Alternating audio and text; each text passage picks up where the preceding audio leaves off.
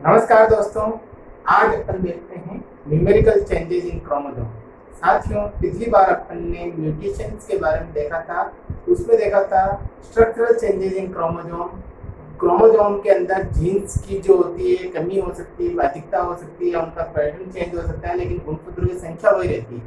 आज जो देख रहे हैं म्यूटेशन, उसके अंदर गुणसूत्रों की संख्या में कमी या अधिकता हो जाती है। इसे न्यूमेरिकल चेंजेस कहते हैं या प्लॉइडी भी कहते हैं। तो ये स्टार्ट करते हैं। न्यूमेरिकल चेंजेस क्या होते हैं? अपन जानते हैं साथियों कि हर में इंडिविजुअल, हर प्राणी के अंदर गुणसूत्रों की संख्या फिक्स होती है। उस फिक्स संख्या होती है, उसको 2n नंबर से रिप्रेजेंट करते हैं। जैसे मनुष्य के अंदर 46 क्रोमोसोम होते हैं, तो ये अपनी जाति की फिक्स संख्या होती है। अगर इस संख्या में कोई कमी या अधिकता हो जाती है तो इसे न्यूमेरिकल चेंजेस कहते हैं। न्यूमेरिकल चेंजेस कितने प्रकार के होंगे, ये आपको टेबल बनानी है। जब भी क्वेश्चन आता है स्ट्रक्चरल चेंजेस का, तो स्ट्रक्चरल चेंजेस अपन ने पहले देख चुके हैं, जिसके अंदर डिलीशन, डुप्लीकेशन, इन्वर्सन और ट्रांसलोकेशन, वो टेबल बनानी थी और उनके सब टाइप और एग्जाम्पल बताने थे।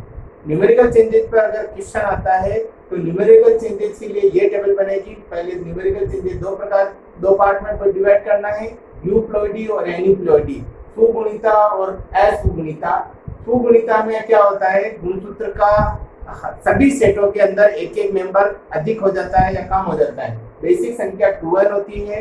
ये भी वापस 3 प्रकार की होगी, मोनोप्लॉइडी, डिप्लॉइडी और पॉलीप्लॉइडी। ये n, 2n और 3n, 4n एक्सेट्रा nn।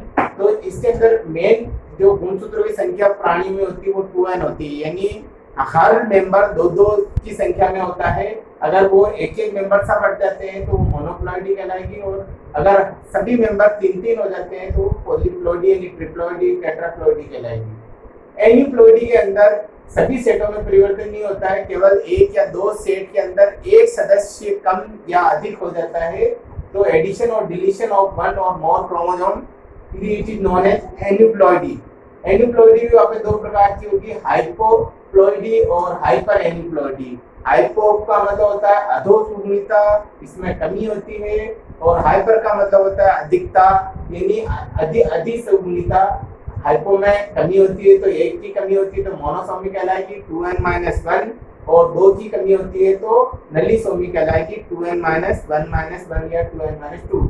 ऐसे अधिकता अगर 1 क्रोमोसोम की होती है तो ट्राइसोमी कहलाएगी, और 2 क्रोमोसोम की होती है तो टेट्रासोमी कहलाएगी। ये पूरी टेबल आपको बिल्कुल इजी टेबल है, इसको ड्रॉ करना है। उसके बाद इनका एक्सप्लेनेशन। यूप्लॉइडी आपको बता दी थी कि गुणसूत्र के हर मेंबर, सभी सेटों के अंदर एक एक मेंबर बढ़ जाता है, कम हो जाता है। अगर केवल सभी क्रोमोसोम का एक एक मेंबर कम हो जाता है तो इसको हैप्लॉइडी कहेंगे। हैप्लॉइड क्रोमोसोम जैसे अपने अंदर जो युग्मक जनन के समय बनते हैं nn रह जाते हैं। जैसे शुक्राणु और अंडाणु में केवल 23 क्रोमोसोम ही होते हैं, बाकी अपनी सोमेटिक सेल्स में 46 क्रोमोसोम होते हैं। अगर ये गुणसूत्र ये मोनोप्लॉइडी कहलाएगी, केवल एक एक सदस्य बच रहा है, इसको n से रिप्रेजेंट करेंगे जो गैमेटोजेनेसिस के दौरान देखने को मिलती है। डिप्लॉइडी मेन जो संख्या होती है, टिपिकल संख्या, उसको सोमेटिक सेल्स में जो संख्या होती है गुणसूत्रों की, उसको डिप्लॉइडी बोलते हैं। पॉलीप्लॉइडी ये प्लांट्स में ज्यादातर पाई जाती है।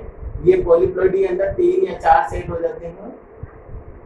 अब आता है एन्यूप्लॉइडी। एन्यूप्लॉइडी के अंदर एक या सदस्य कम हो जाता है, यानी हाइपो या बढ़ जाता है, हाइपर कहलाता है। एन्यूप्लॉइडी क्यों होती है साथियों, यहाँ पर ये शब्द लिखना जरूरी है, नॉन डिसजंक्शन ऑफ क्रोमोसोम।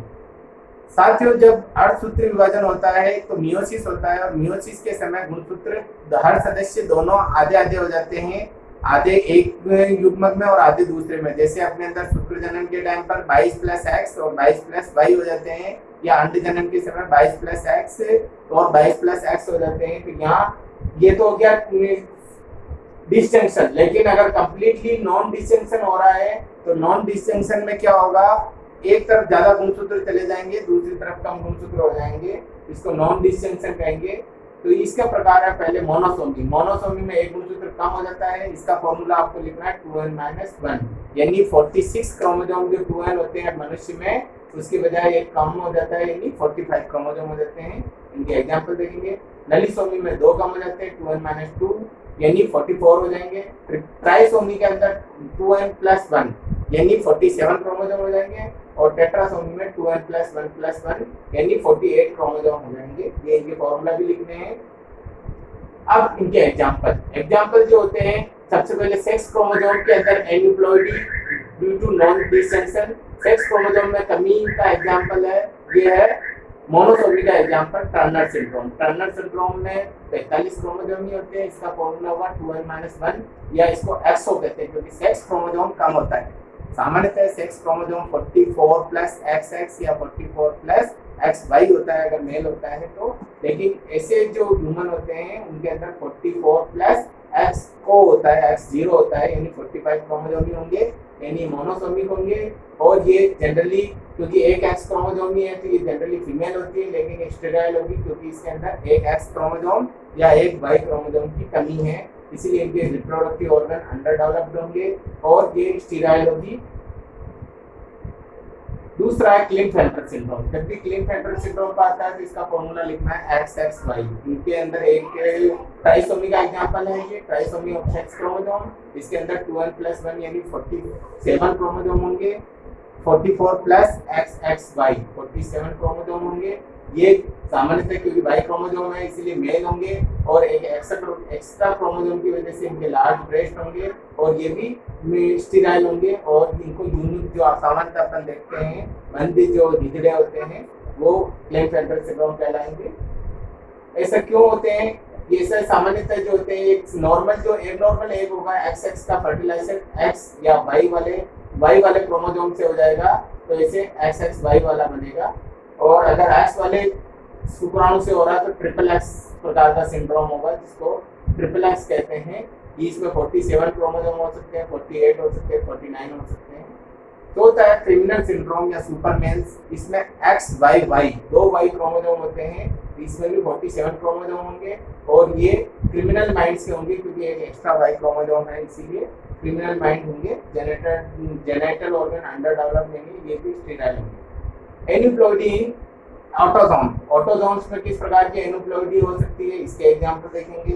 पहले डाउन सिंड्रोम ट्राइसोमी का एग्जांपल है जिसमें 47 क्रोमोसोम होंगे। इसके अंदर ये मेल भी हो सकते हैं, फीमेल भी हो सकते हैं। इसमें 21वें नंबर का जो क्रोमोसोम होता है वो 2 की जगह 3 होंगे, 2 मेंबर की जगह 3 मेंबर होंगे, इसलिए 47 क्रोमोसोम हो जाएंगे। इसको मंगोलियन इडियोसी भी कहते हैं, यानी जैसे लोग मूर्ख होते हैं और इनका चेहरा मंगोलिज्म की तरह होता है, ब्रॉड हेड होता है, शॉर्ट नेक होते हैं, फ्लैट पाम्स होते हैं और ये इनके थोड़े मानसिक रूप से मंदबुद्धि होते हैं। ज़्यादातर अधिक उम्र की जो महिलाएं होती हैं वो प्रेग्नेंट होने पर ऐसे सिंड्रोम पैदा होने की संभावना रहती है। दूसरा है एडवर्ड सिंड्रोम, इसके जैसे उसमें 21वां गुणसूत्र एक्स्ट्रा था, यहाँ पर 18वें नंबर का जो क्रोमोसोम होता है वो एक एक्स्ट्रा होता है, इसका भी फॉर्मूला 2n+1 होगा, यानी 47 होगा। पटाउ सिंड्रोम, इसके अंदर 13वें नंबर का जोड़ा जो होता है वो 2 की बजाय 3 होता है, पटाउ सिंड्रोम कहलाएगा।